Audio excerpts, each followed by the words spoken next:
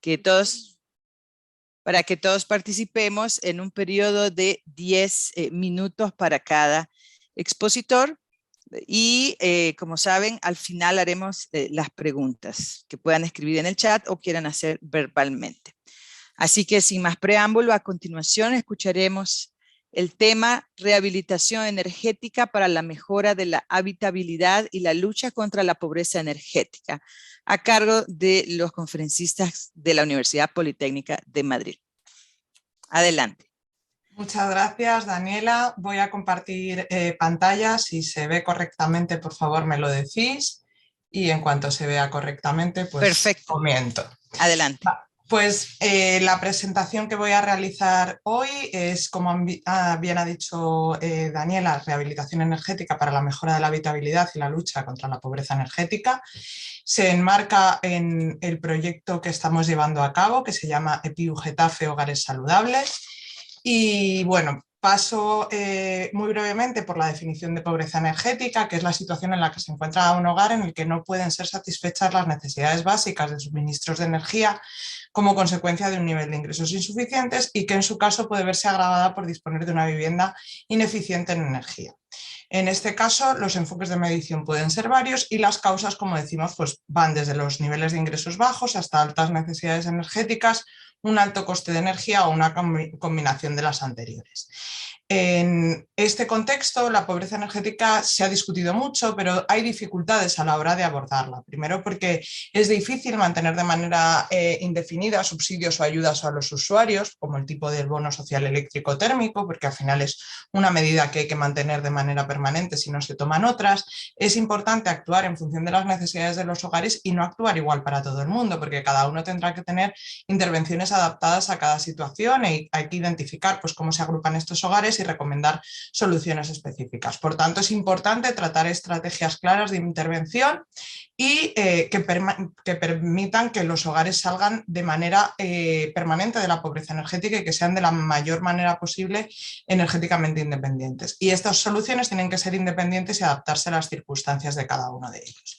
Entonces, PIU Getafe es una Urban Innovative Action cuyo objetivo es identificar la pobreza energética oculta, aquellos hogares que no están acudiendo a servicios sociales, que no están reflejados en las estadísticas y de los que no se está ocupando las instituciones, proporcionar soluciones personalizadas y reducir los efectos económicos, sociales y ambientales de este fenómeno. Y el objetivo general, bueno, pues es un nuevo sistema de detección inteligente que veremos que ha conllevado algunos problemas y poner en marcha un servicio público adaptado a estas necesidades. El consorcio es muy grande, dentro del consorcio está la Universidad Politécnica de Madrid y en el marco de la Universidad Politécnica de Madrid no quería olvidarme del enorme grupo de investigación que está detrás de esta presentación y para que sepáis todos que somos un equipo mucho más nutrido que la representación que hoy podemos estar aquí. ¿En dónde vamos a intervenir? Pues bueno, es en el municipio de Getafe, que se encuentra en la corona sur metropolitana del municipio de Madrid, de la Comunidad de Madrid en España, y en concreto en dos barrios que por determinadas cuestiones sociodemográficas y edificatorias se han considerado que son especialmente vulnerables de cara al fenómeno de la pobreza energética. ¿Cómo se va a intervenir? Bueno, pues la primera idea era intervenir a través de una herramienta de detección que identifica los casos de pobreza energética ocultos a través de datos directos e indirectos mediante Machine Learning, la definición de diferentes perfiles de usuario que nos permitieran de alguna manera identificar patrones de vulnerabilidad y agruparlos para luego poder permitir identificar esas soluciones a medida para esos perfiles, que son soluciones específicas en función de las necesidades previamente identificadas en el profiling.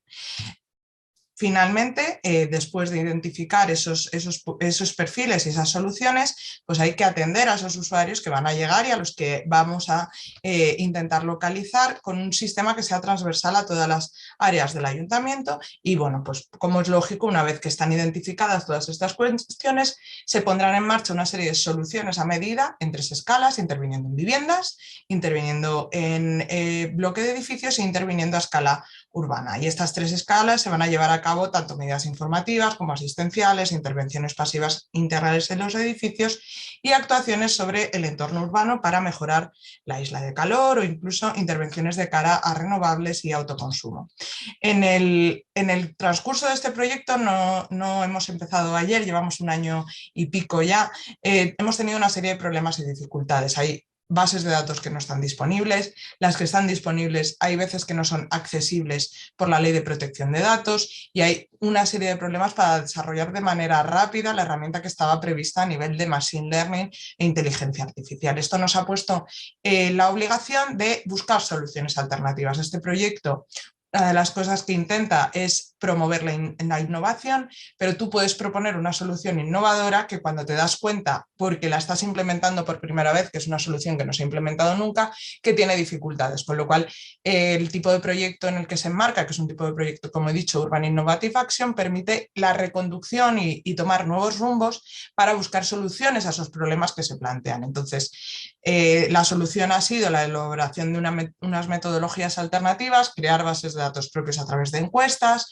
y tomar decisiones guiadas en vez de por Machine Learning e inteligencia artificial por expertos en materia de pobreza energética y edificación. Gracias a ese cambio de rumbo hemos ido consiguiendo tener una serie de primeros resultados vinculados con el análisis de la pobreza energética en Getafe. Se han analizado los barrios, el perfil de la edificación, el sociodemográfico y el energético. Se ha visto cuáles eran los barrios más vulnerables por una serie de cuestiones u otras a la pobreza energética. Se ha identificado también, por ejemplo, cuál era el importe de la renta que los hogares destinaban a energía en función de su geolocalización en el territorio de Getafe.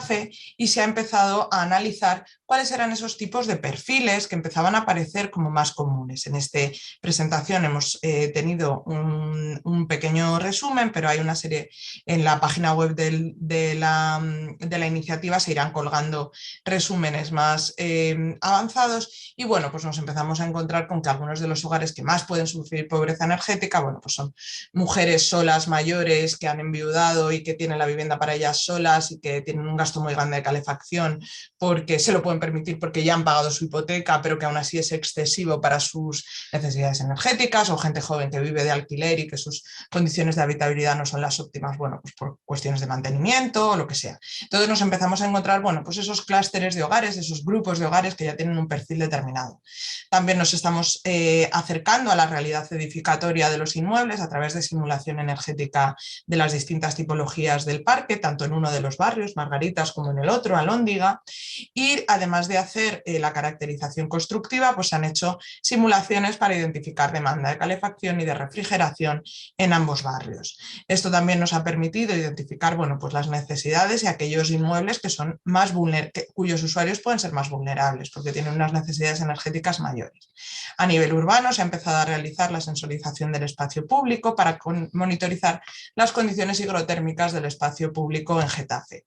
Y bueno, pues en línea con esos perfiles, ya los hemos ido identificando, pues ahora hay que buscar qué soluciones pueden ser adaptadas para esos perfiles de usuario y esas distintas características vinculadas con la pobreza energética. Y se están haciendo una serie de catálogos de soluciones constructivas, de los cuales se irán eligiendo aquellas más adecuadas para cada una de las necesidades de los usuarios, tanto a nivel vivienda como a nivel edificatorio. Y se está formando a un equipo especialista que se ha contratado especialmente para dar servicio en la Oficina de Hogares Saludables, que dará atención a la ciudadanía que esté preocupada por este problema y que acuda a buscar soluciones al proyecto EPIU Getafe. Esta formación se ha hecho de manera transversal y han participado muchos de los socios del consorcio dando formación específica en cada uno de los aspectos de los que cada uno era especialista. Ahora mismo los trabajos en marcha es una realización de talleres con diferentes agentes en la zona de intervención, junto con la formación también de agentes vinculados con los servicios sociales, los médicos de la zona, los colegios, etcétera, realización de intervenciones de mejora de vivienda. Se va a intervenir en 200 viviendas, tanto pues, cambios de carpinterías, mejora del aislamiento, mejora de las persianas, Bueno, una serie de intervenciones tanto a nivel como constructivo como de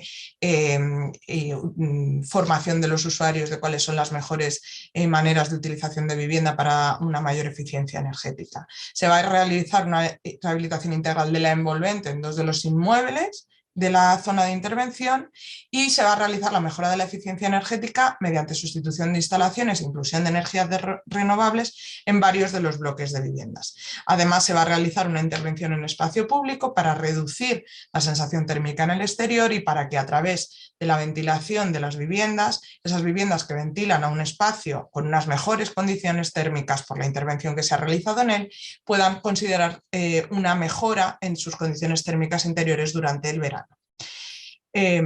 Como consideraciones finales, creemos que es pertinente incorporar la rehabilitación como estrategia sostenible en el tiempo para luchar contra la desigualdad urbana, en este caso contra la pobreza energética, y como instrumento para la emancipación energética de los usuarios, evitar esa continuación de ayudas que no hacen más que perpetuar un problema, que nos parece muy útil la metodología de clusterización o de perfiles de usuario para que se identifiquen las necesidades, se propongan soluciones perfectamente adaptadas y esas soluciones sean eficientes a nivel de respuesta y de coste, y que la se ha visto que hay una potencial aparición de sinergias cuando se interviene de manera simultánea en las 3 escalas, tanto la vivienda como el edificio como el espacio público, de cara a mejorar las condiciones de habitabilidad tanto en el interior como en el exterior de los inmuebles. Bueno, pues nada, muchísimas gracias por la atención, os dejo código QR y página web del proyecto y nuestro contacto por si queréis alguna explicación más. Muchas gracias.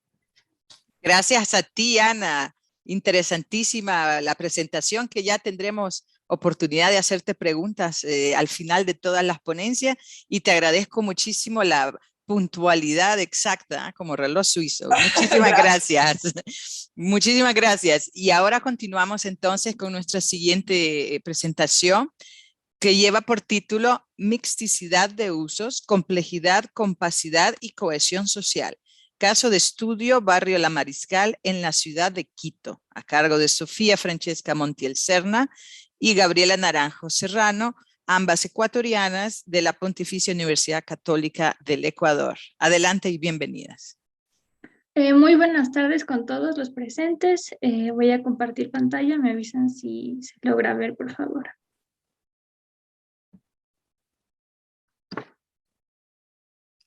Ya la tenemos en vista, solo la haces en amplias.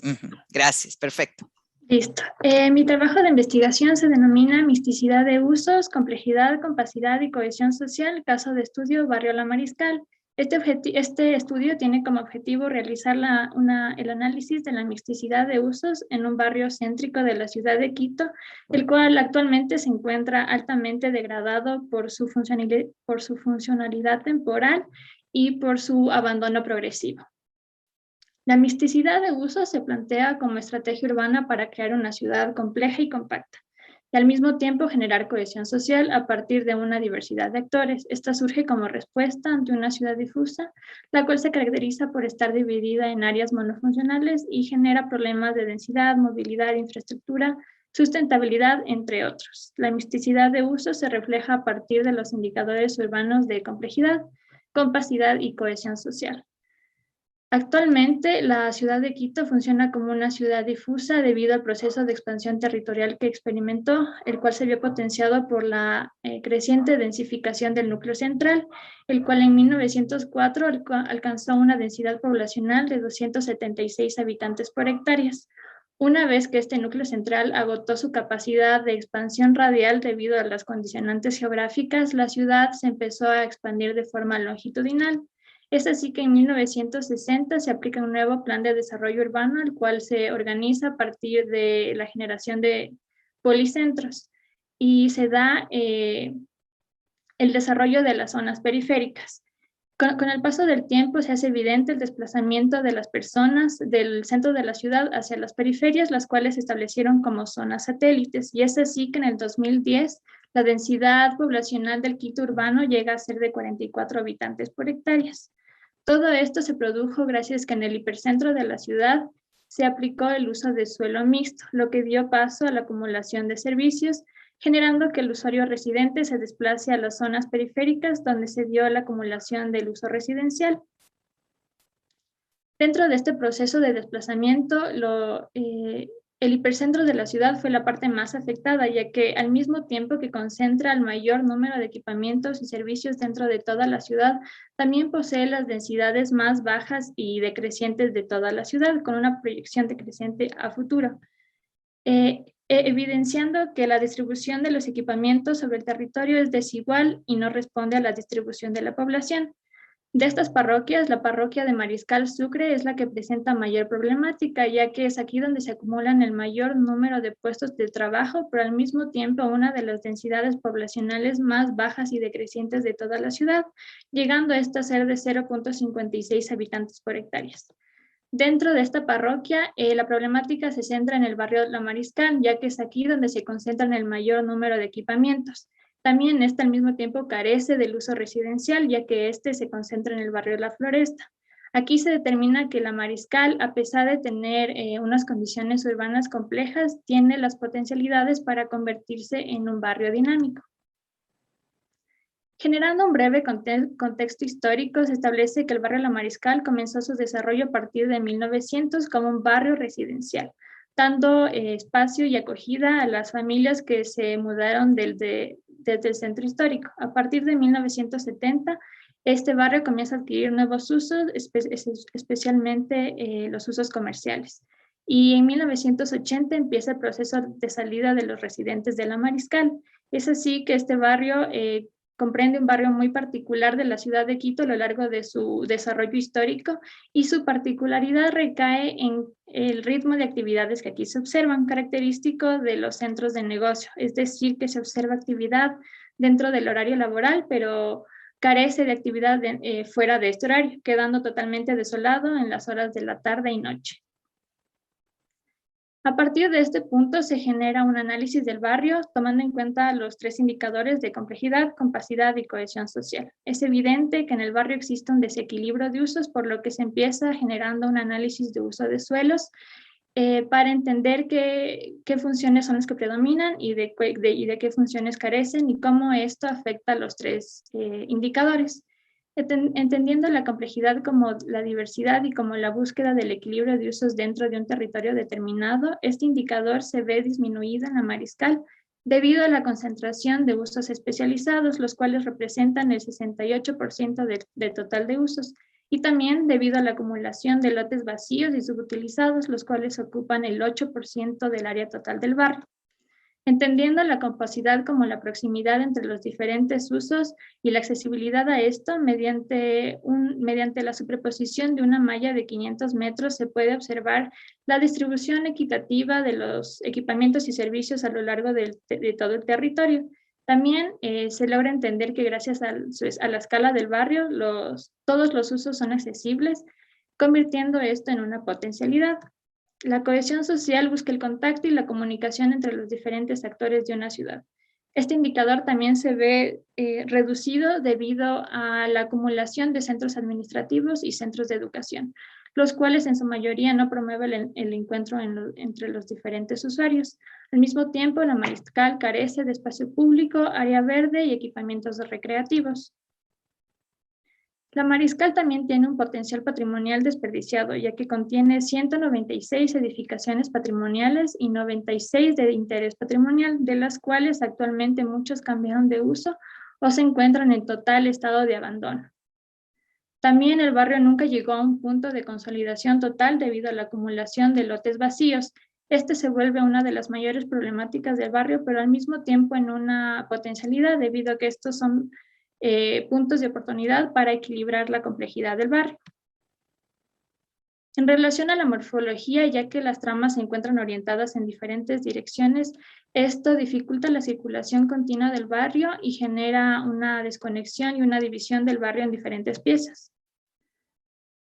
La Mariscal se encuentra saturada de transporte público, ya que se encuentra atravesado por grandes e importantes ejes viales. Al mismo tiempo, la infraestructura vial interna del barrio no fue planificada para el transporte pesado, por lo que esto ocasiona tráfico y contaminación. También, entendiendo la escala del barrio, se establece que este tiene distancias caminables, por lo que Se impulsa la caminabilidad y el uso de transporte alternativo dentro del barrio. Una vez entendiendo las problemáticas del barrio, se busca redefinir estas como potencialidades a partir de un plan de regeneración. Se toma como punto de partida una de las problemáticas más importantes del barrio, que es la falta de espacio público y áreas verdes, y se potencia las calles como principal espacio público a partir de 3 estrategias de intervención.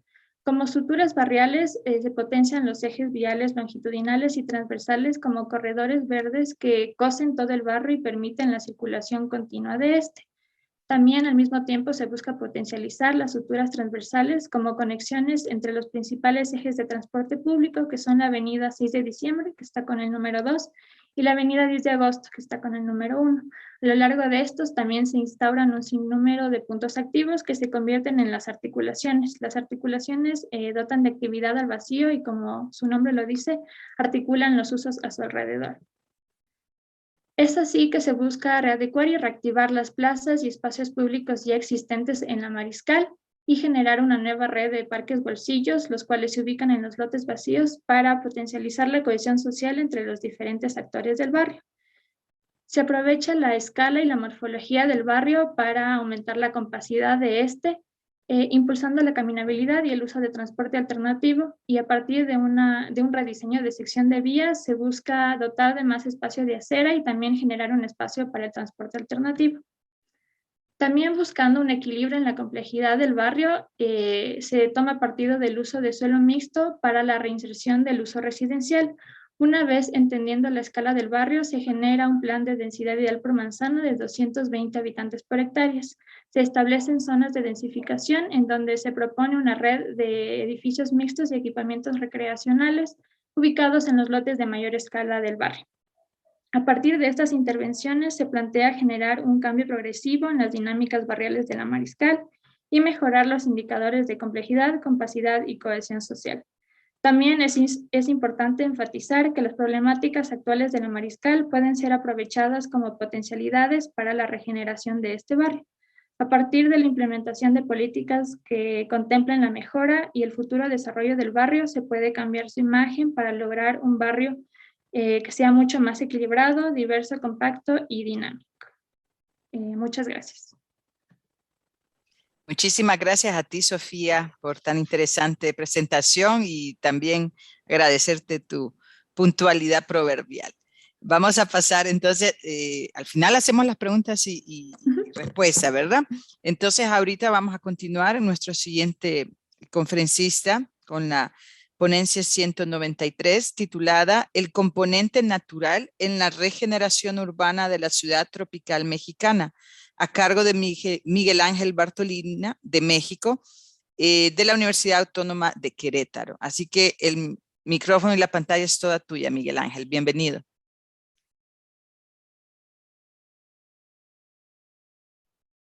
Buenas tardes, muchas gracias. Buenas noches, los que estáis en España.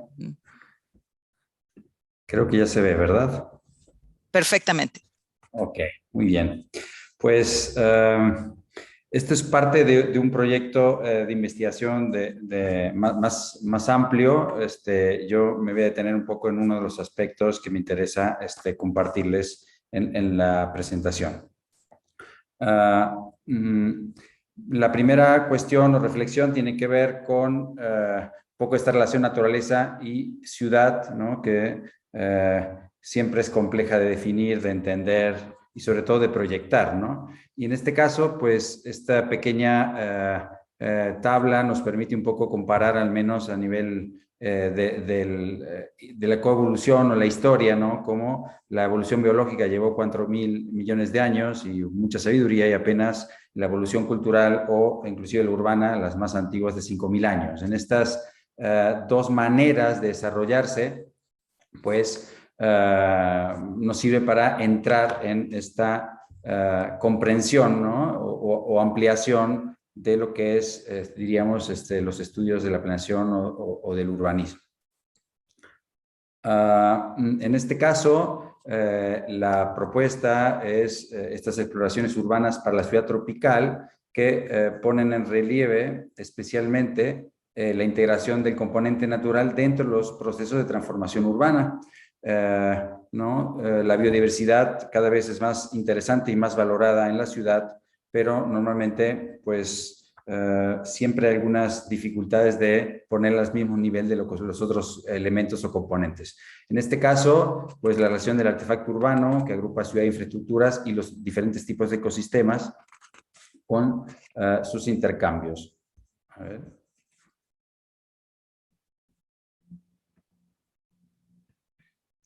El objetivo de esta ponencia es un poco como la exploración que hicimos para incorporar este componente natural en el diseño urbano arquitectónico, en la renovación urbana y en la conservación de humedales. En este caso, pues la foto que vemos es el área de trabajo en el trópico en México, la ciudad puerto de Tampico, con una cantidad de humedales, manglares, de una escala un poco sorprendente, ¿no?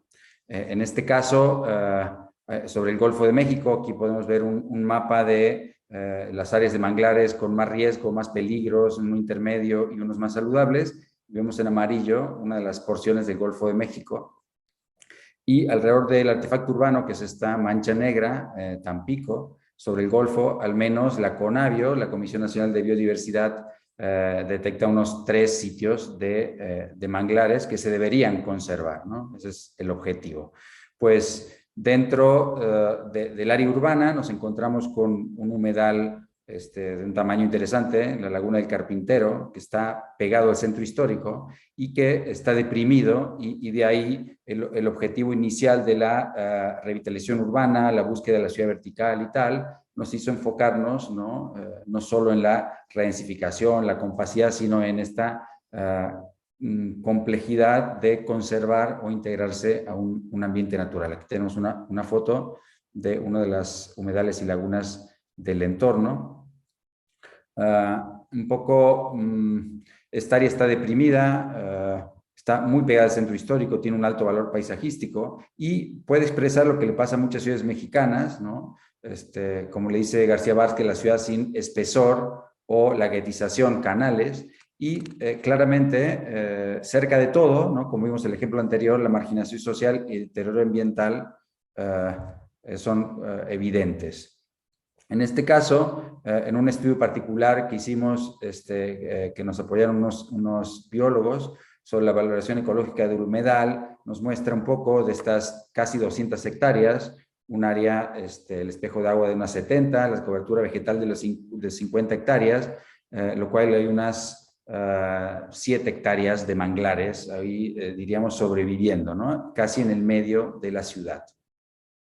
Pues a partir de este contexto, pues nuestra hipótesis global del proyecto de la revitalización urbana asociaba 3 cuestiones en esta pequeña fórmula, ¿no? La ciudad vertical, ¿no? Este aprovechamiento del suelo, los espacios abiertos, especialmente incluyendo los espacios naturales, y las actividades económicas, ¿no?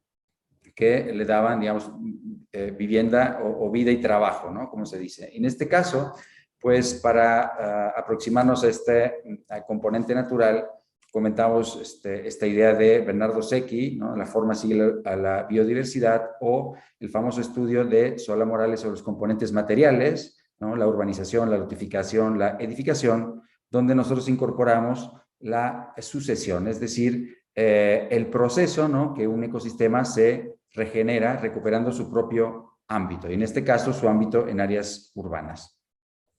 2 muestras de cómo la forma, el proyecto tiene que ver con estas áreas. Un proyecto de fines del siglo XIX, aquí mismo, el proyecto era la desecación de la laguna, por tanto, el proyecto era pues anular la laguna, anular los manglares y hacer una ciudad jardín con un canal a su alrededor, ¿no? Había problemas de salud, el higienismo llevó a este proyecto, o el huracán Hilda mostró, ¿no? Bueno, ahí vemos la laguna y las áreas inundadas de la ciudad y el gran manglar en la parte posterior. En simultáneo con estas cuestiones, la planificación de Tampico el año 45, pues provee también, 50 años después, de secar la laguna, hacer unas vías rápidas, ¿no? Y un vacío, un parque, pero eliminando la naturaleza.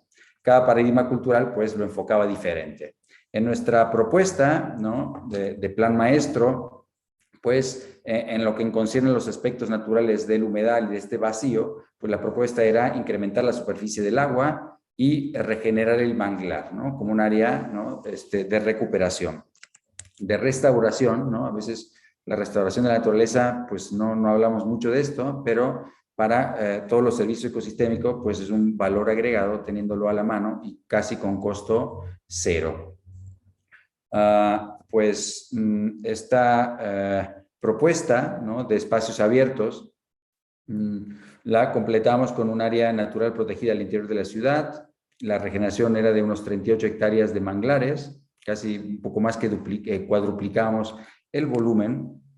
Y con esto intentamos, bueno, se intentaba en esta propuesta del plan maestro, pues redensificar, aplicar la ciudad vertical y la ciudad porosa en las áreas colindantes, unas 300 hectáreas de colonias alrededor, y reforzar los vacíos y los espacios naturales al interior de la ciudad. Y para resumir o para cerrar esta propuesta, ¿no? Con unos 4 cartografías que resumíamos los componentes, ¿no? El primero es el de la sucesión, ¿no? Aquí tenemos el agua, el incremento de la laguna con una especie de canal recuperación. Esta laguna se rellenó en los años 60, entonces se recuperaban una parte del agua, ¿no? Los manglares originarios se restauraban en estas proporciones para dar paso a los 3 componentes más clásicos o que Solón Morales desarrolla en su teoría, ¿no? De la lotificación. En este caso, pues, había fundición de lotificación para poder hacer unos edificios híbridos más interesantes, ¿no? La urbanización, ¿no? Con una importante transformación del área peatonal y vehicular, pasar del 25 al 75 peatonal, y la última diapositiva con la transformación de la edificación. Como muchas ciudades mexicanas, tiene una muy baja, diríamos, densidad de población o densidad de viviendas. La propuesta era, pues, con unos niveles medios, una densidad media o compacidad media, transformar un porcentaje importante de la edificación en la renovación, en este caso de la Laguna del Carpintero. Pues algunas referencias y información donde se puede ver más detalles de los aspectos globales del proyecto. Muchísimas gracias. Muchas gracias, Miguel Ángel. Gracias por compartir este proyecto tan innovador y tan necesario. Quiero aprovechar antes de anunciar al siguiente conferencista y ya de nuestra última ponencia de este panel, a que pueden formular sus preguntas a través del chat para que ya podamos ir organizando esa rica discusión que vamos a tener dentro de poco.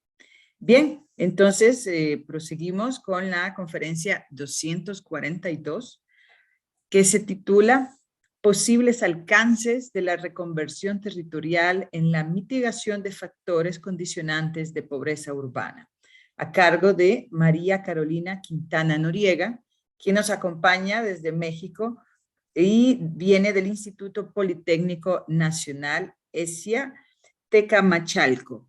Muchísimas gracias por acompañarnos, María Carolina. La pantalla y el micrófono son tuyos. Muchas gracias. Comparto mi pantalla. Y déjame pongo modo presentación.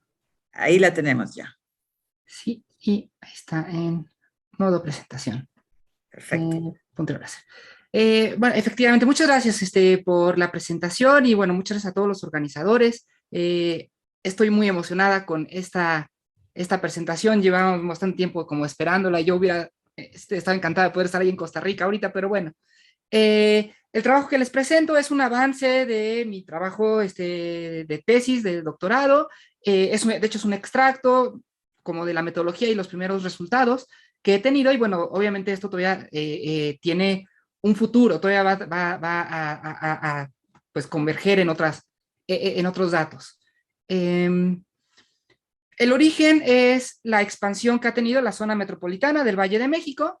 en los últimos, bueno, pues obviamente aquí vemos ya los últimos 50 años, y en particular estas últimas 2 décadas, ¿no? Del presente siglo, ¿no? Del año 2000 para acá, hemos tenido una explosión, una expansión de la mancha urbana muy marcada, considerable, y lo que esto ha traído consigo, pues obviamente es expulsión de población, vacíos urbanos, absorción de equipamiento que se vuelve incompatible con los nuevos usos del suelo, bueno, el propio equipamiento que se ha ido quedando a lo mejor ya insuficiente o ha llegado al fin de su vida útil. Todo esto es como, obviamente, una visión compleja de todo lo que ha ido pasando, pero es lo que me da origen a empezar este trabajo de investigación.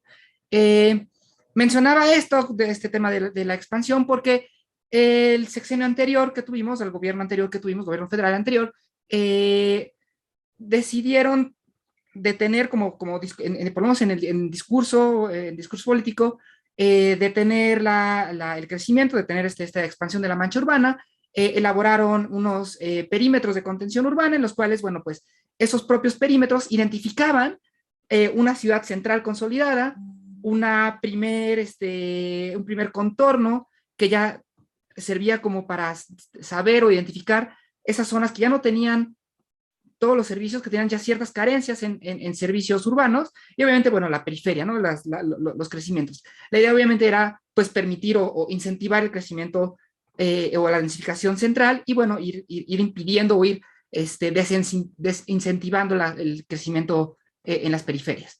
Si esto como spoiler, pues no se logró. De hecho, el crecimiento se mantuvo prácticamente igual del gobierno de hace 12 años al anterior, ¿no? Pero resultó muy interesante tener esta herramienta de perímetros de contención, porque, bueno, más allá de que no contuvieron, pues sí eran una forma propia del Estado para identificar esas zonas en las que tenían más carencia. Y de ahí surgían una serie de postulaciones. Me parecía muy interesante a mí revisar, en particular, el equipamiento educativo y el equipamiento de salud, básicamente porque el equipamiento educativo y el equipamiento de salud, o la salud y la educación, son variables que utiliza el Coneval, que es el Consejo Nacional de Evaluación de Políticas Públicas del gobierno mexicano, para medir la pobreza. El Banco también Interamericano de Desarrollo, el Banco Mundial, todos identifican que en nuestros países latinoamericanos, para poder mitigar las condiciones de pobreza, bueno, pues deberíamos enfocarnos en estos déficits de salud y educación, particularmente por tener un componente territorial importante. Así es que me puse a revisar, o estoy en ese momento, sigo con esta parte ya de revisión, pero ya enfocada a zonas más particulares, exclusivamente aquellas escuelas de nivel primaria y secundaria, o sea, educación básica y media, por tener como también un componente territorial de corto alcance, ¿no? De nivel de barrio. Dejando fuera, obviamente, bueno, las universidades y las de educación media superior, ¿no? Media superior y superior y demás. Y en cuanto a salud, pues bueno, también los centros de salud y no los hospitales regionales, generales y demás, también por tener este concepto de barrio. Salían algunas cosas interesantes, que sí, es una zona mucho más densa que la zona central, curiosamente, pero también, bueno, pues contaba con más equipamiento. La revisión que hice, bueno, fue comparar esta cantidad de equipamiento que teníamos o que tenemos contra las mediciones de pobreza urbana del propio Coneval, y parecía ser que, bueno, pues estos equipamientos en los perímetros de contención urbana 2 y 3, pues obviamente tenían este patrón similar de distribución a la pobreza que veíamos, bueno, obviamente que se establece particularmente en las periferias, mucho más en el Estado de México que en la propia Ciudad de México como entidad. Y la primera revisión fue una revisión muy simple, en el sentido en el que únicamente revisé el número de equipamientos que había por cada 1000 habitantes. Les digo, es muy simple porque, bueno, pues es como simplemente agarrar casi como lista de mercado y ver cuántos equipamientos educativos había y cuántos equipamientos de salud había por 1000 habitantes. Y bueno, de entrada me empezó a dar ya una correlación interesante, en la cual veía que, pues sí, efectivamente, mientras más equipamientos educativos y de salud por 1000 habitantes tenía, los niveles de pobreza bajaban, ¿no? Que es lo que vemos en estas dos gráficas. Entonces, bueno, ok, parece ser por lo menos si hay una correlación. Recordemos que una correlación obviamente no implica una causalidad, pero bueno, por lo menos estamos viendo que sí hay una correlación interesante ahí. Hice obviamente una regresión lineal para poder comprobar, bueno, podríamos a través de incluir más equipamiento educativo y más equipamiento de salud, podríamos lograr reducir estos niveles de pobreza. La lógica nos diría que sí, porque aparte es la forma en la que se está midiendo. Entonces, la regresión lineal un poco buscaba nada más comprobar si podíamos seguir adelante con esta investigación. Parecía ser otra vez que sí, equipamiento de salud y equipamiento de pobreza, ¿no? Equipamiento educativo, equipamiento de salud, parecía ser que sí tenían esta relación que veíamos anteriormente con el equipamiento, con los niveles de pobreza. Había un comportamiento un poco curioso cuando revisábamos la relación de Pearson, en el cual, bueno, pues había como algunos excepciones, que era lo que parecía interesante revisar, sobre todo si recordamos que hay un fenómeno territorial importante que teníamos que revisar.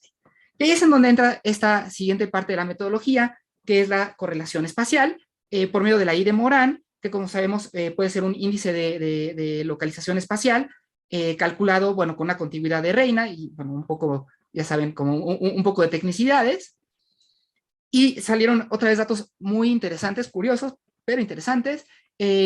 La significancia de esta correlación espacial que surge, bueno, pues marcaba como una zona central en la que sí había una significancia y una periferia en la que sí había una significancia. Y parecía ser que había un anillo, o que existe un anillo, en el cual no era significante esta relación, que era este comportamiento que veíamos que era un poco atípico. Pero esto resultaba ser muy interesante porque, pues, dejando a un lado también ya lo que habíamos visto en los perímetros de condición, bueno, parece que sí tenemos una ciudad consolidada, en la cual, pues, la relación que veíamos era de niveles bajos, o sea, era en las relaciones bajas. Es decir, sí, efectivamente, cuando tenemos un buen equipamiento y un buen acceso a estos equipamientos, ya sean de salud o educación, los niveles de pobreza son bajos. Y en cambio, cuando tenemos un mal acceso o una baja cantidad, los niveles son altos. Entonces, parecía ser que tenemos esta condicionante o este modelo de ciudad con estas franjas como medias que probablemente tengan un acceso favorecido más allá de las periferias hacia el centro, ¿no? Lo que seguía era, bueno, pues cómo podríamos ir aterrizando esto, en dónde se puede hacer una zona de estudio. Utilizamos los perímetros de contención urbana, en particular el perímetro de contención 2, medido o contrastado contra también la pobreza urbana media, alta y muy alta. Y esta intersección de capas lo que nos dio, bueno, fue como también 3 patrones de distribución en la zona metropolitana del Valle de México, que era como una corona al norte de la Sierra de Guadalupe, también como una concentración hacia la zona de Barrancas, que está en el poniente, y una zona muy marcada hacia la zona del Antiguo Lago, en Nesa, Chimalhuacán, Chalco, ¿no? Como en la zona oriente de la zona metropolitana del Valle de México.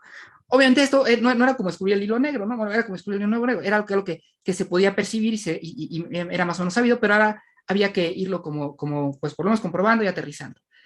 Y ya para poder entender en dónde hacer un estudio, como cambiar de escala, de esta escala metropolitana a una escala ya local, a nivel municipal y barrial, construí 3 distintos indicadores basándome en el cálculo de la oferta y demanda de equipamiento, bueno, de la demanda de equipamiento contrastada con la oferta actual de equipamiento. Tuve 3 diferentes variables, las aulas totales, es decir, la oferta que existe, la demanda de aulas de esa población y el déficit, ¿no? Uno menos el otro.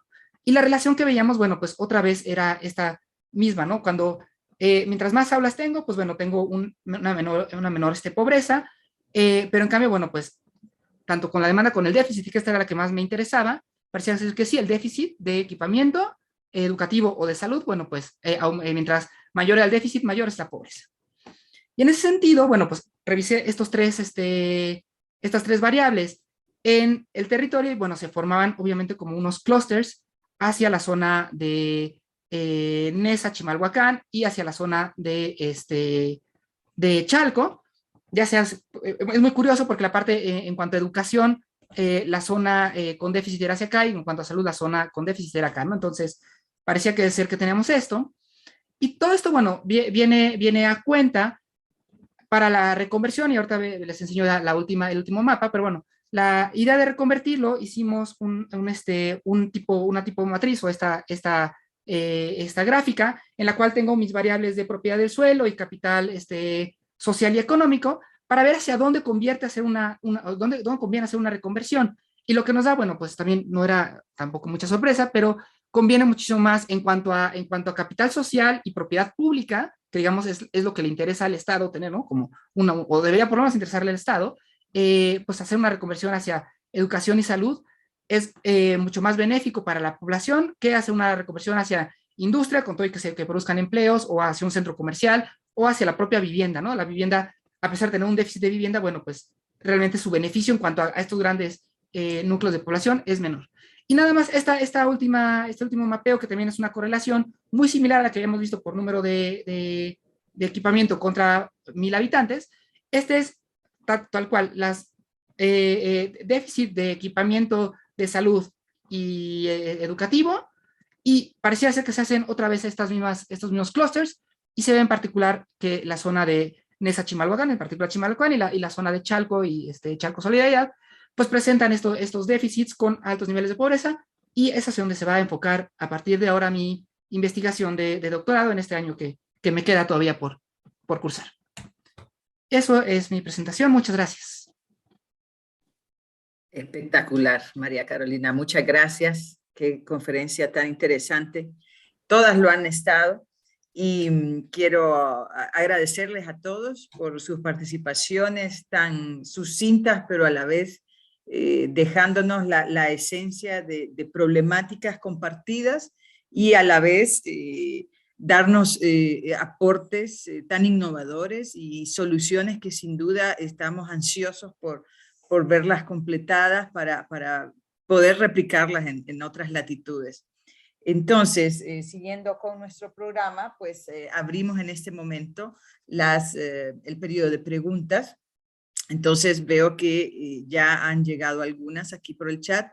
Voy a ir dando lectura a las primeras, y aprovecho para decirles que formulen también sus preguntas. Si gustan hacerla verbalmente, no necesariamente la tienen que escribir. Bien, vamos a comenzar con Miguel, que comenta sobre tu trabajo. Sofía dice que es muy interesante, y te pregunta cómo se ha pensado integrar las nuevas viviendas a los usos existentes del barrio. Buenas tardes, claro.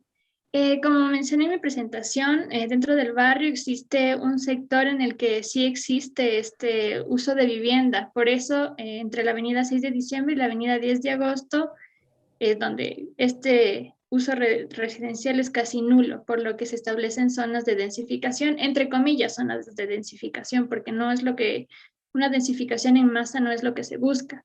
Por eso se entiende la escala del barrio y se genera una densidad ideal por manzana, y a partir de esto se promueve en los lotes vacíos o subutilizados establecer una red de edificios mixtos, porque al mismo tiempo no solo proponer edificios residenciales, sino que dentro de los edificios también se mezclen diferentes actividades, y con esto se genere una actividad continua dentro de todo el barrio. Por lo que también se propone el mixtificar diferentes tipologías de vivienda al mismo tiempo, ya que la Mariscal está en medio de como dos equipamientos educativos importantes, que son la Universidad Católica y la Universidad Central. Entonces, en este barrio convergen un sinnúmero de usuarios, por lo que también se busca las diferentes tipologías de vivienda para que exista también esta cohesión social entre diferentes estudiantes, residentes, turistas. Eso. No sé si respondí a tu pregunta. Sí, muchas gracias. Okay. Bien, tenemos otro comentario, pregunta por aquí. Y lo hace Luis Durán, y agradece primero a todas las personas ponentes. Nos dice también que encuentra en las 4 ponencias una estrecha relación entre las formas urbanas y las desigualdades. Me gustaría que reflexionaran desde los casos tratados sobre el impacto que han tenido y tienen los cambios en las materialidades de las ciudades y de los territorios en el incremento de la segregación social. ¿Alguno quiere responder? Puesto que está hecho para los 4. ¿Alguno quisiera iniciar esa reflexión que nos sugiere Luis en cuanto a este impacto a la segregación que podría generar estas renovaciones. Creo que es un poco el espíritu de lo que nos está diciendo. Sí, si quieren, puedo tomar Por la supuesto. palabra. Claro, claro, adelante. Gracias. Mi tema realmente no es de segregación, pero bueno, justo tenemos ahorita también aquí acompañándonos como, ¿no?, en la visita de la mesa a una compañera del doctorado que está haciendo segregación, y siempre hemos encontrado, o sea, por eso me parece interesante la pregunta, porque hemos encontrado, sin ser el mismo tema, yo estando viendo pobreza y ella viendo segregación, hemos encontrado sí justamente muchas similitudes en estos patrones que se conforman.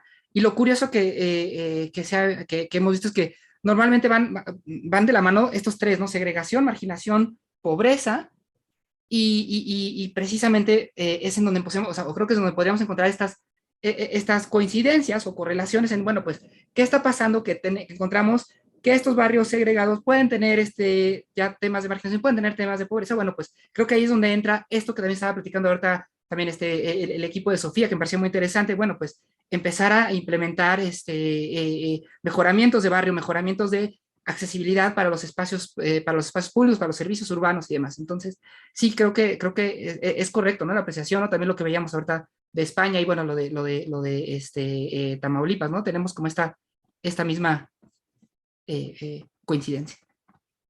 Definitivamente, definitivamente. Sí. Y pues eso es yo creo que todo proyecto que identifica problemas y apunta a soluciones tiene que visualizar toda esta integralidad, ¿no?, en una intervención urbana, ¿no?, que responda a necesidades materiales, ¿no?, como la problemática energética, la problemática ambiental, la problemática de circulación, y de nivel de calidad de vida, ¿no? Entonces, evidentemente, pues esa es la urgencia, digamos, de todas las ciencias urbanas que se entrecruzan. ¿Alguno quiere agregar más sobre este comentario que se hacían? Adelante.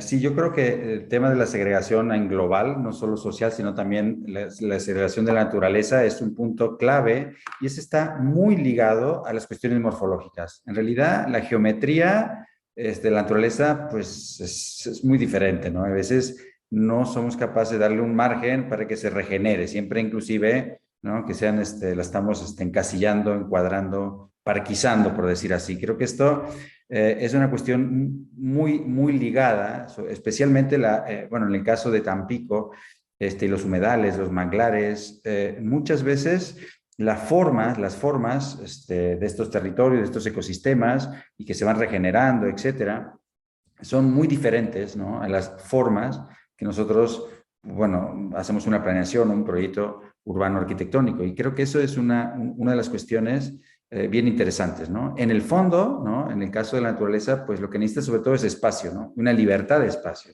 ¿no?, y una libertad, digamos, para que se autogenere su forma. Y creo que en realidad, en el momento de que le estamos encajonando, encasillando, pues no le damos margen a su propia libertad. Creo que eso es una cuestión muy directa en el caso de los ecosistemas naturales o de los manglares, ¿no? Los estudios de la Conavio, que son muy interesantes, que se usaron de base. Hay unos estudios que en los últimos 25 años van cuantificando, en algunas áreas crecen un poquito las hectáreas de manglares, en otros se reducen, y definitivamente las formas son diferentes, ¿no? O sea, la naturaleza tiene su propia morfología, que a veces es muy difícil, ¿no?, de leerla, de integrarla, si no nos ponemos con mucho detalle, ¿no?, y enfocamos. En este caso, pues está muy, muy localizado, ¿no?, el área, pero creo que sí hay una relación muy estrecha, ¿no? Coincido con Luis, y es un tema muy interesante, ¿no?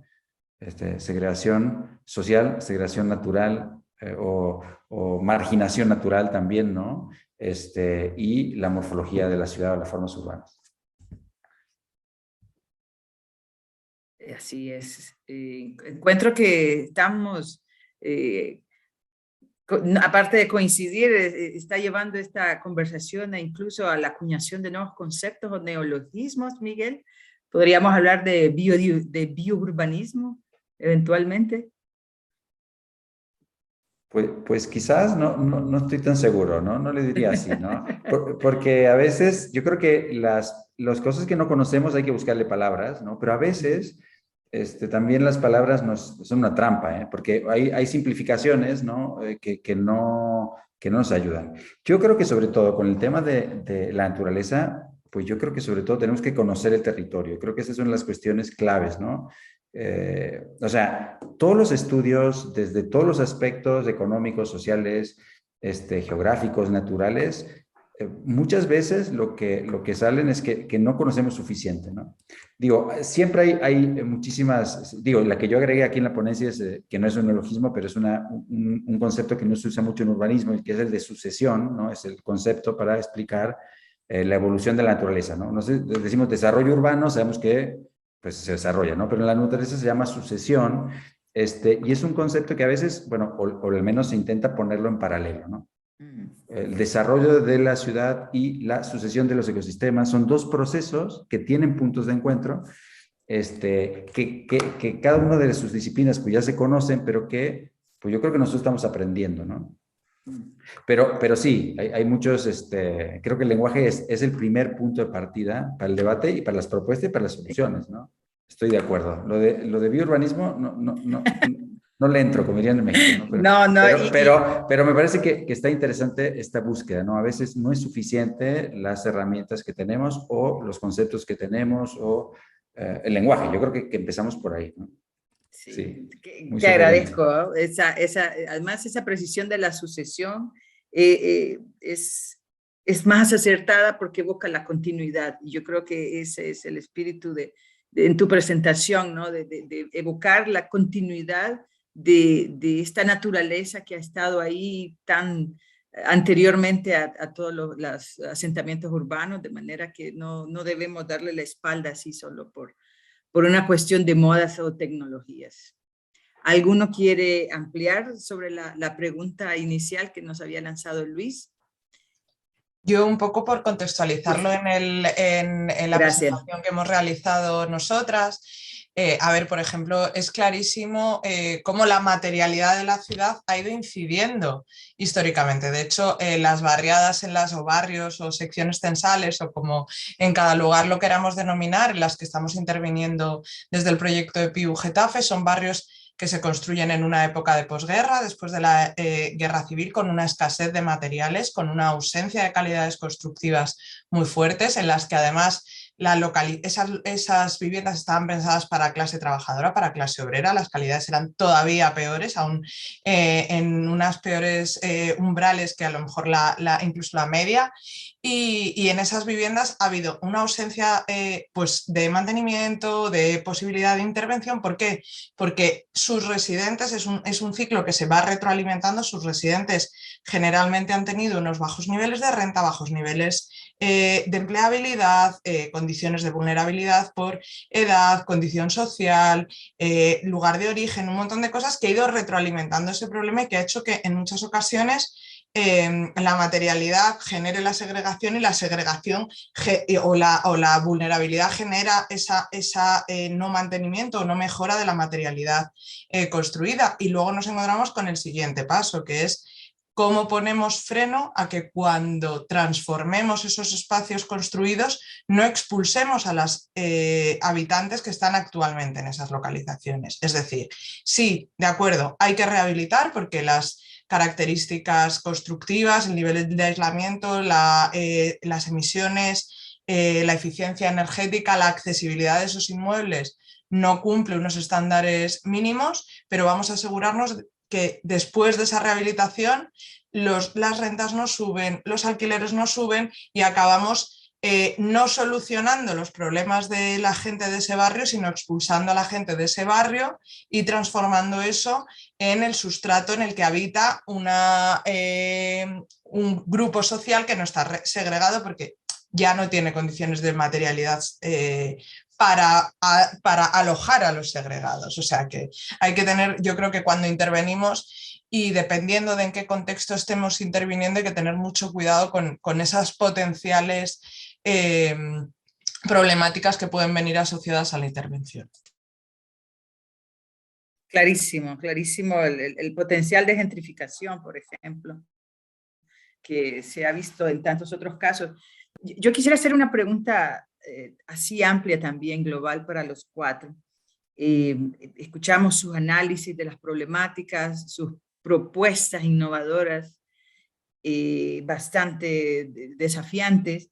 Mi pregunta es para todos, ¿cuál es la factibilidad que podrían tener sus propuestas? Tenemos una frase en Honduras, pero se la enseño otro día. Es un punto clave, Daniela, yo creo, tiene que ver con los paradigmas culturales. Creo que la verdad la materialidad representa muchos valores sociales de muchas épocas, ¿no? Y en el fondo creo que es otro trabajo, otro desafío, ¿no? Yo creo dialogar, consensuar, ver, ¿no? Acordar otras modalidades, ¿no? Yo creo que en ese sentido, pues el diálogo y el tiempo. Yo creo que lo que comentaban hace un momento de estas transformaciones peligrosas, por decir así, ¿no? O sea, que nos dé una respuesta que no buscamos, tiene que ver, ¿no? Con la capacidad de adecuarnos, pero también de una manera progresiva. Yo creo que está comprobado que los proyectos que van a más velocidad, pues dejan más dificultades en el camino, o sea, hay menos adaptabilidad. La adaptabilidad, en este caso, para nuevos proyectos, es clave. Entonces, para construir una nueva o viabilizar alguna de estas propuestas, pues al final es un tejido fino que lleva tiempo, ¿no? Yo creo que en este sentido, pues cualquier proyecto, o grande o que se ejecuta rápido, pues yo siempre asocio la palabra proyecto a proyectil, ¿no? Porque viene del mismo origen de la palabra y es como una bomba, ¿verdad? O sea, cuidado, porque cuando hacemos una transformación exagerada puede ir en sentido contrario, ¿no? Pero creo que la viabilidad depende muchísimo de la capacidad de diálogo y de los paradigmas culturales. Y esto, pues, en el caso de Tampico, por ejemplo, pues yo creo que son proyectos que cuesta entenderlos o dialogarlos, ¿no? En ese sentido, no... O sea, ¿de qué me hablas, verdad? ¿De qué me estás hablando? Y en ese sentido, pues yo creo que son... Bueno, no sé cuál es el camino, pero la viabilidad clave es un poco, pues, ¿no? El diálogo y el paradigma cultural que hay detrás, ¿no? Las sociedades tienen estos modelos a veces muy marcados. O sea, realmente esta materialización que comentaba Luis son expresiones de un modelo completo y se cristalizan, ¿no? Entonces, para cambiar esto, en el fondo, primero hay que cambiar las ideas, las formas de ver el mundo y tal, ¿no? Creo que esta crisis ambiental, pues, sí, nos hace pensar que debe ser mejor, pero a veces no queremos cambiar un hábito individual, ¿no? Y ahí está la cuestión, ¿no? Al final es un compromiso. Creo que es difícil, pero posible. ¿Qué nos dices, Ana? En Getafe parece que la cosa va más avanzada.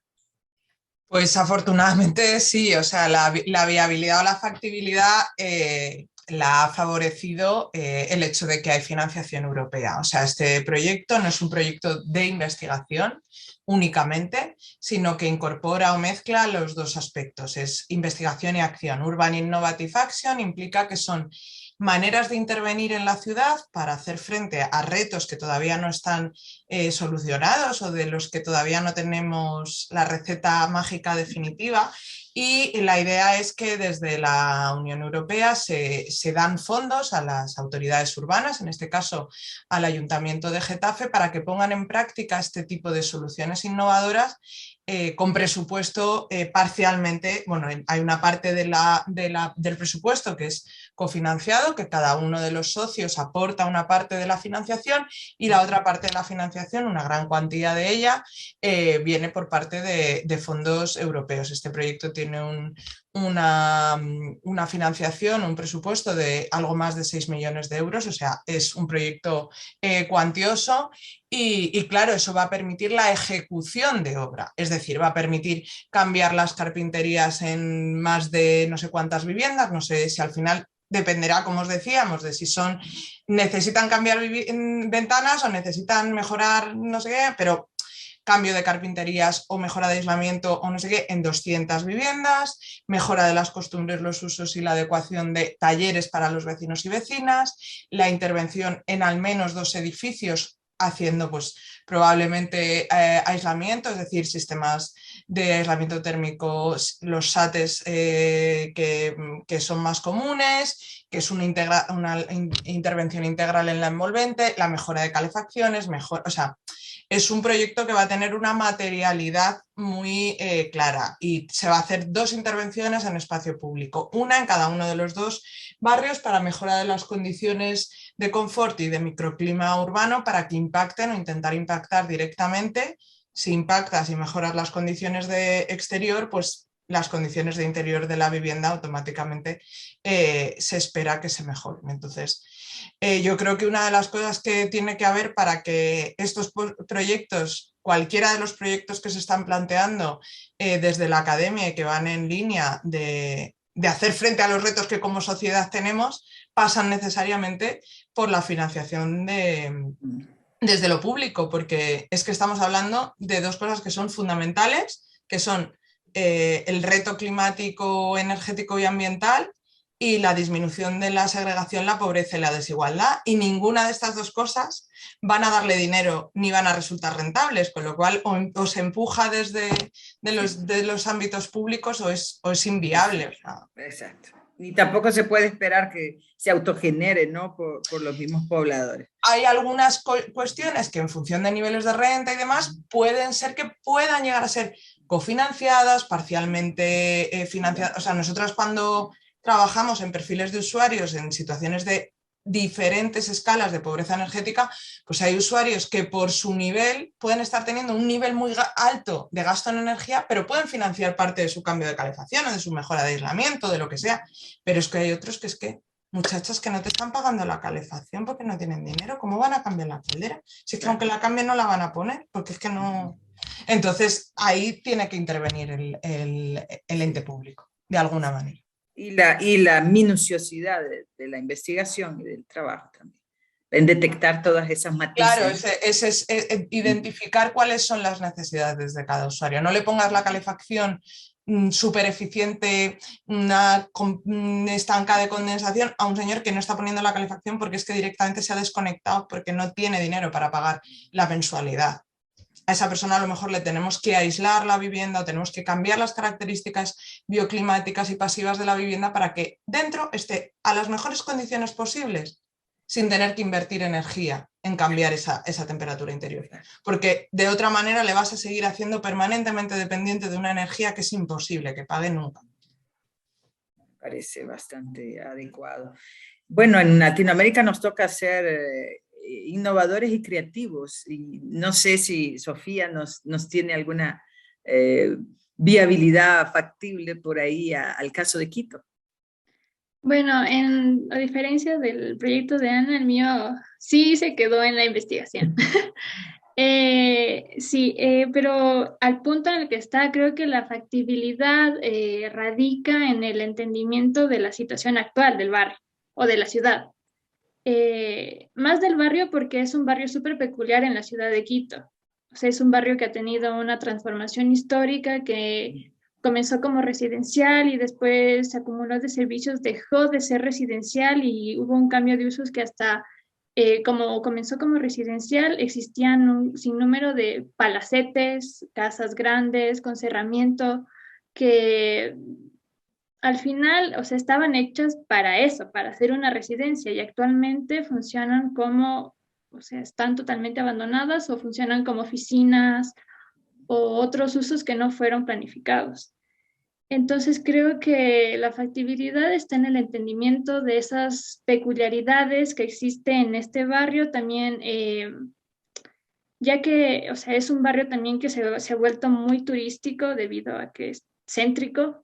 Y ese es otro de los grandes problemas de este barrio, que, o sea, acumula, es como que la zona rosa de aquí de la ciudad, porque hay actividad nocturna, hay de todo, también problemas con la policía, entonces creo que hay que entender esas cosas y también no, o sea, no hacernos ideas de un cambio totalmente radical y de un día para el otro, porque es algo que no va a suceder. Y si es que sucede, no va a producir el cambio que se busca. Entonces, me parece que en tu exposición hablaste de que hay varios de esos edificios con el estatuto patrimonial. ¿Eso es oficial? ¿Tienen declaratoria de que son patrimonio? Porque, bueno, Quito tiene un centro histórico que es patrimonio de la humanidad, además. Entonces, de repente se hace una revisión con las autoridades del centro histórico y por ahí ya pertenece a una zona de amortiguamiento, probablemente, ¿no? Suena como que es el segundo anillo de ensanche de la ciudad original. Y por ahí, por ese tipo de vías se puede llegar precisamente a lograr desembolso, y con las palabras mágicas, ¿verdad?, que acabas de decir, el turismo, ¿no? Que hay que tener pinzas, ¿no? Porque es doble vía, ya hizo cara Miguel, claro. Comparto contigo esa aprehensión, ¿verdad? Porque con el canto del turismo, pues a veces son cantos de sirena, ¿no? La más de las veces. Pero por ahí pueden ser vías que se pueden explorar para pegar la Mariscal a estos proyectos de interés público. Sí, de hecho la Mariscal actualmente está catalogada como zona especial turística Mariscal, porque, o sea, tiene una dinámica sumamente diferente y un poco parecida al centro histórico, porque no es el mismo tipo de turismo que se realiza. Como les digo, está abarrotado de actividad nocturna y los problemas que acarrea esto. Por eso también el problema de la salida de los residentes de este barrio, porque llega a tal punto el problema que ya la gente no soporta o no busca vivir por ahí. Eso. Resulta invivible.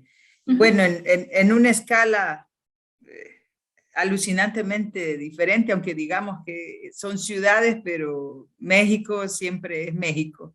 ¿Qué nos puedes decir, María Carolina, una potencial implementación de tu investigación o del equipo del Politécnico? Bueno, sí, creo que el problema, y lo estaba mencionando ahorita un poco también Ana, bueno, creo que lo han platicado todos, creo que el problema que tenemos tiene que ver también con, sí, la economía, pero también esta voluntad política. Un poco lo que quiero proponer en mi trabajo de investigación, por lo menos como aportaciones, y era un poco esta gráfica que les ponía en este plano cartesiano con valorar el capital social y la propiedad pública del Estado como sí, claro, ese cuadrante alto en el que nos deberíamos estar enfocando. El problema es justo, entonces ahí es donde entra el tema de voluntad política, ¿no? Porque lo interesante para el capital, obviamente, era el cuadrante bajo-bajo, ¿no? Que es propiedad privada y capital económico, ¿no? Ese es el cuadrante que les interesa. Y en un contexto de un gobierno o de un sistema económico neoliberal, el gobierno prácticamente deja de tener rectoría sobre el territorio y se hace un poco a un lado para simplemente permitir esta falacia de el mercado se autorregula. Bueno, se hace a un lado para permitir que el capital se reproduzca, que es la lógica del capital, reproducirse. Entonces, mi experiencia en la tesis de licenciatura fue era una tesis también como de reconversión del tiradero de basura de Bordes Oxiaca. A la postre terminó siendo un centro comercial, ¿no? de uno de los empresarios más famosos de México, que sabrán de quién hablo.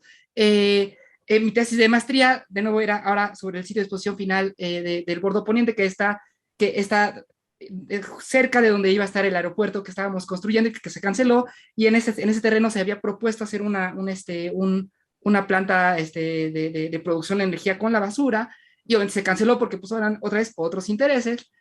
Y pues bueno, pues o sea, si me preguntan a dónde puede llegar a mí me gustaría por lo menos que sí quedara como, oigan, deberíamos estar haciendo esto, por lo menos como alzar la voz, oigan, el papel del Estado es el bienestar de la población y esto es lo que más le conviene a la población, y ya el desarrollo económico y el desarrollo inmobiliario, bueno, pues tendrá su lugar, pero el Estado por lo menos debe estar cumpliendo como en este papel, y ahí es donde entra la voluntad política y pues solo queda hacer un llamado a eso. Sí, bueno, pero yo creo que lo más importante es que la reflexión, el análisis, el detalle se está cumpliendo, y pues es algo que desde las instituciones académicas también se debe empujar.